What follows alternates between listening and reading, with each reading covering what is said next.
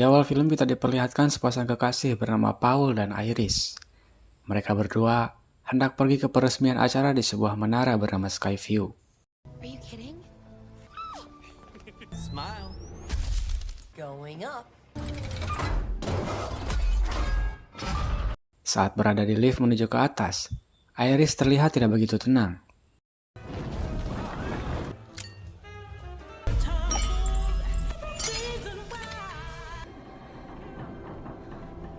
Sesampainya di atas, tiba-tiba Iris merasa mual lalu pergi ke toilet. Diketahui ternyata, Iris tengah mengandung anaknya Paul. Iris awalnya ragu untuk memberitahu tentang kehamilannya. Tetapi setelah melihat responnya begitu gembira, Paul pun melamarnya di saat itu juga. Sebelum bergabung ke pesta dansa, seorang bocah mengalihkan perhatiannya ketika melemparkan sebuah koin, yang dimana koin itu terhisap ke lubang ventilasi dan mengganjal satu baling-baling.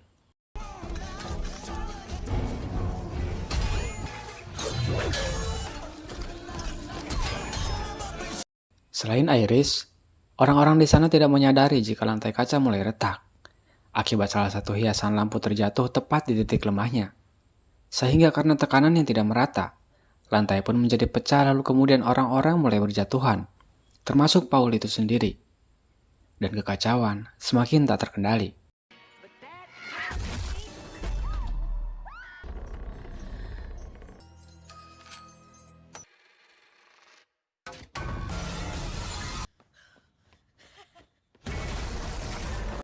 Iris dan satu anak yang selamat menjadi orang terakhir yang tewas dalam kejadian itu.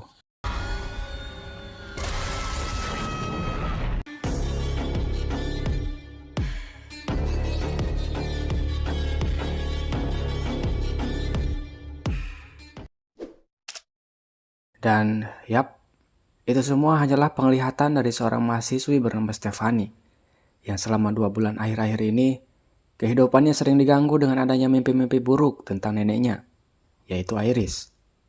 Perlu diketahui seumur hidupnya, Stephanie tidak pernah bertemu atau bahkan mengetahui bagaimana kehidupan Iris neneknya itu. Merasa hal ini harus diselesaikan, keesokan harinya, dia pulang ke rumah untuk mencari berkas-berkas tersimpan milik neneknya. Tetapi si ayah bernama Marty telah membuang barang-barang tersebut semenjak istrinya pergi. Perlu diketahui juga, ibunya bernama Darlene pergi meninggalkan Stephanie dan adiknya Charlie semenjak masih kecil.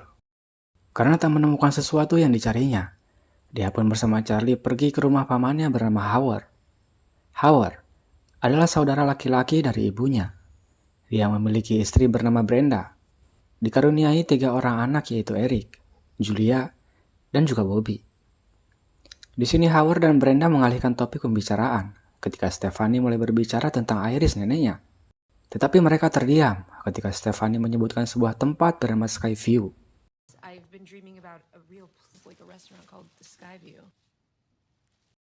Howard kemudian menjelaskan semenjak kematian ayahnya, Iris menjadi orang yang overprotective dan bermasalah terhadap anak-anaknya. Namun setelah dipisahkan dari ibunya, entah bagaimana cara Iris mengetahui alamat rumah mereka. Tetapi mulai dari sana, Iris terus mengirimi serangkaian surat mengerikan berisi foto-foto jenazah dan berita-berita kematian, yang sebetulnya ia tak mengerti apa maksudnya. Look in the bottom drawer. Berkat Brenda yang memberitahu di mana surat-surat itu disimpan, Stephanie lantas pergi ke sebuah pondok terisolasi dan jauh dari keramaian kota, yang tiada lain tiada bukan adalah tempat tinggal neneknya sendiri.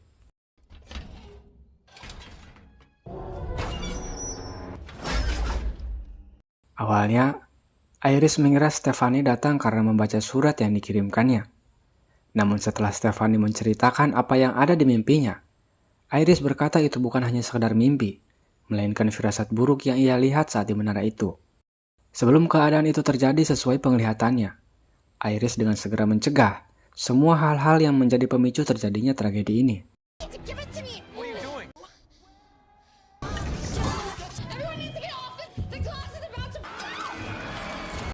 Nyaris memang, namun berkat peringatan darinya, semua orang bisa terselamatkan. Akan tetapi pada akhirnya, meski menara itu telah dihancurkan, seiring berjalannya waktu, kematian menghabisi mereka semua yang memang seharusnya tak terselamatkan jika Iris tak berbuat demikian. Signal. Distracted because you're here. Iris kemudian memberikan buku yang menurutnya penting, berisi catatan dan gambaran tentang bagaimana kemungkinan kematian bisa terjadi. Namun Stephanie yang awalnya menolak karena menganggap itu semua tidak masuk akal. Akhirnya, dia menyaksikan sendiri apa yang terjadi tepat di depan matanya. Stephanie! Step back.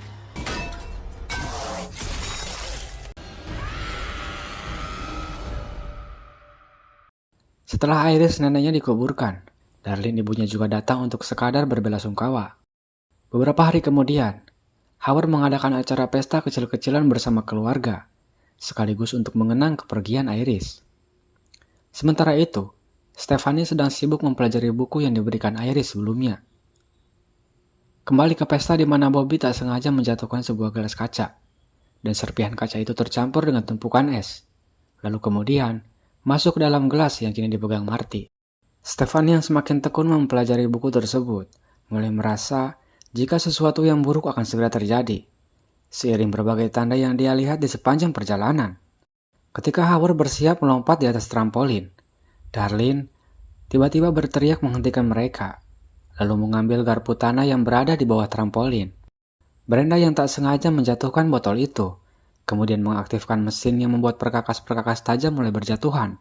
Setibanya Stephanie di sana, Bobby yang tiba-tiba terperosok, sontak mengalihkan perhatian semua orang. Seketika saja, susunan balok kayu itu runtuh dan mengenai gelas berisi pecahan kaca.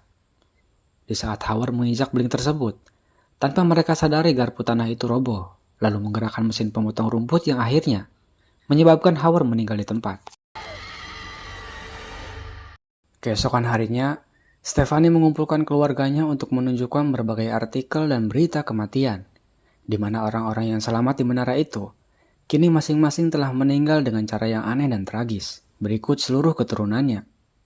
Jika teorinya benar dimulai dari yang tertua setelah Iris dan Howard, maka target selanjutnya yaitu Eric, lalu Julia, dan kemudian Bobby.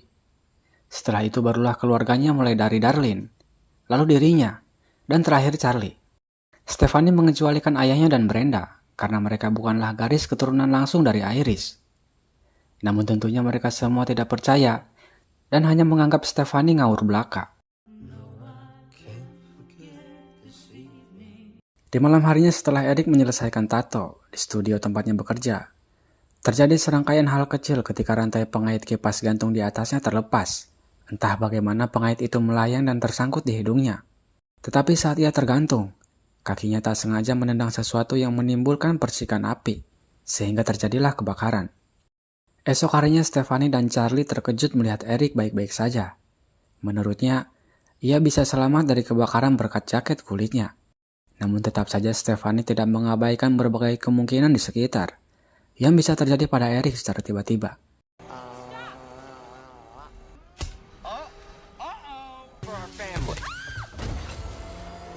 Perdebatan mereka pun terhenti di saat Julia terlempar ke dalam mobil pengangkut sampah akibat bola sepak yang mengenai kepalanya.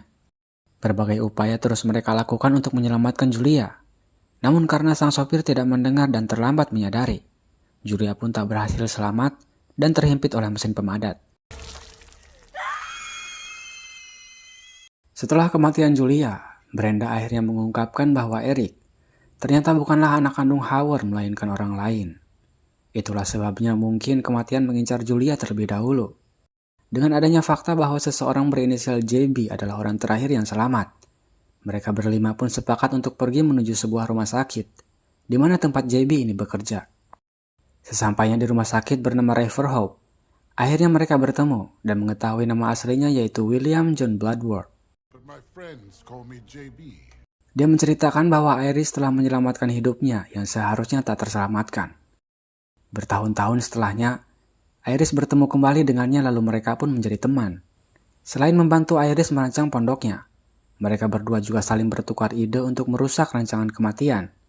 Menurutnya hanya ada dua cara yang dapat menolong atau setidaknya menunda kematian mereka. Pertama, dengan menghabisi nyawa orang lain untuk mengambil sisa umur hidupnya. Dan yang kedua, memutus siklus kematian dengan cara mengakhiri diri sendiri, atau bisa dikatakan sekarat.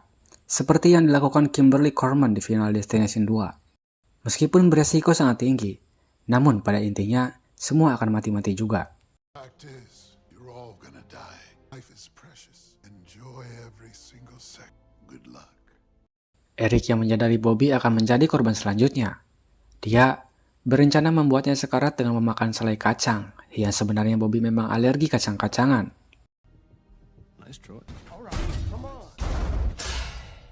Setelah menutup pintu dan meninggalkan Bobby sebentar untuk mencuri kursi roda, secara tak sengaja, Eric telah mengaktifkan alat medis bernama MRI, di mana alat ini memiliki medan magnet yang sangat kuat dalam jarak tertentu, sehingga ketika mencapai batas levelnya, alat ini dapat menarik benda-benda berupa logam yang berada di sekelilingnya.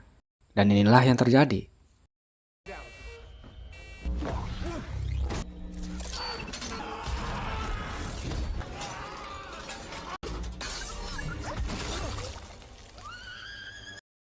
Setelah kematian mereka berdua, kini hanya tersisa Darlene dan kedua anaknya.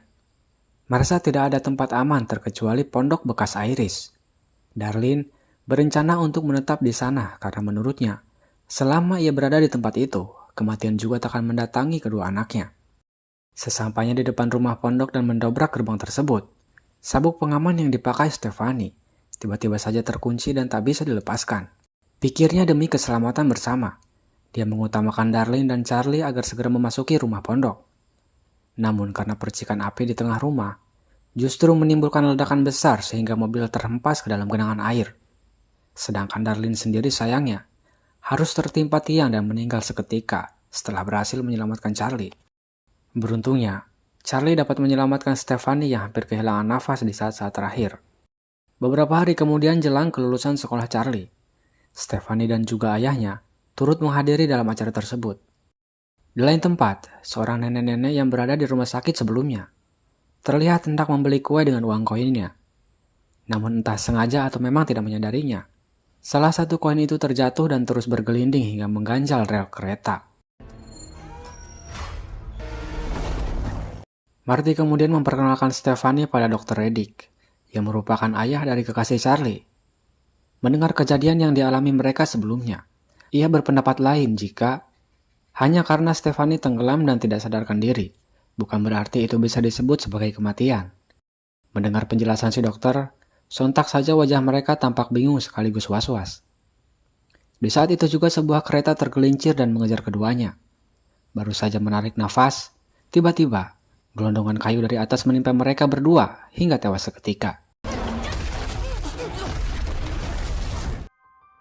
Final Destination Bloodlines.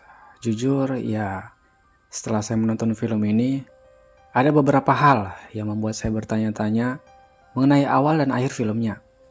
Dari scene awal, terdapat beberapa kesamaan dengan scene yang ada di akhir. Walaupun ada sedikit perbedaan, tetapi secara keseluruhan hampir serupa. Bagaimana bisa setelah kurang lebih setengah abad, zamannya Iris dan Stephanie hampir tidak berbeda? Mungkin itu juga yang menjadikan banyak orang-orang berspekulasi kalau film ini hanya sekedar premonition atau penglihatan si protagonisnya saja. Di film ini ada beberapa scene yang mungkin sengaja diselipkan atau seperti sebuah pesan kepada para penonton bahwa setiap kejadian atau tragedi yang menyangkut orang banyak terkadang tidak terjadi secara alamiah, melainkan karena ulah manusia itu sendiri. Sebagai contoh, bocah pelempar koin ini dari awal sudah ditegur supaya tidak mengambil koin. Namun apa yang terjadi? Bocah ini tetap mengambil koin-koin itu. Bahkan sampai ditegur kedua kalinya pun, bocah ini tetap bersikeras, sehingga terjadi hal demikian. Kedua, menaiki lift melebihi kapasitas. Lihat aturan di sana. Jelas tertulis maksimal kapasitas yaitu 8 orang dewasa. Namun yang masuk lift justru 13 orang. Ketiga, bangunan selesai lebih awal. Si operator lift ini menjelaskan dengan penuh excited jika proyek bangunan ini selesai 5 bulan lebih awal dari yang ditargetkan. Terdengar luar biasa memang, namun jika proyek selesai lebih cepat dari yang diharapkan, justru itu bisa menimbulkan masalah terutama dari segi kualitas. Karena bisa saja para pekerja melakukan kesalahan atau menggunakan material yang kurang berkualitas untuk mempercepat proses. Keempat, koin Abraham Lincoln. Mungkin pihak produksi menggunakan koin 1968 ini untuk memperingati meninggalnya Abraham Lincoln yang ditembak oleh seseorang bernama John Wilkes Booth. pada 14 April 1865. Saat itu Abraham adalah Presiden Amerika ke-16. Dan kebetulan juga film ini rilis di tanggal 16. Final Destination selalu mengajarkan satu hal. Kita mungkin bisa lari dari waktu, tapi kita tak akan pernah bisa lari dari takdir. Karena kematian selalu tahu caranya kembali.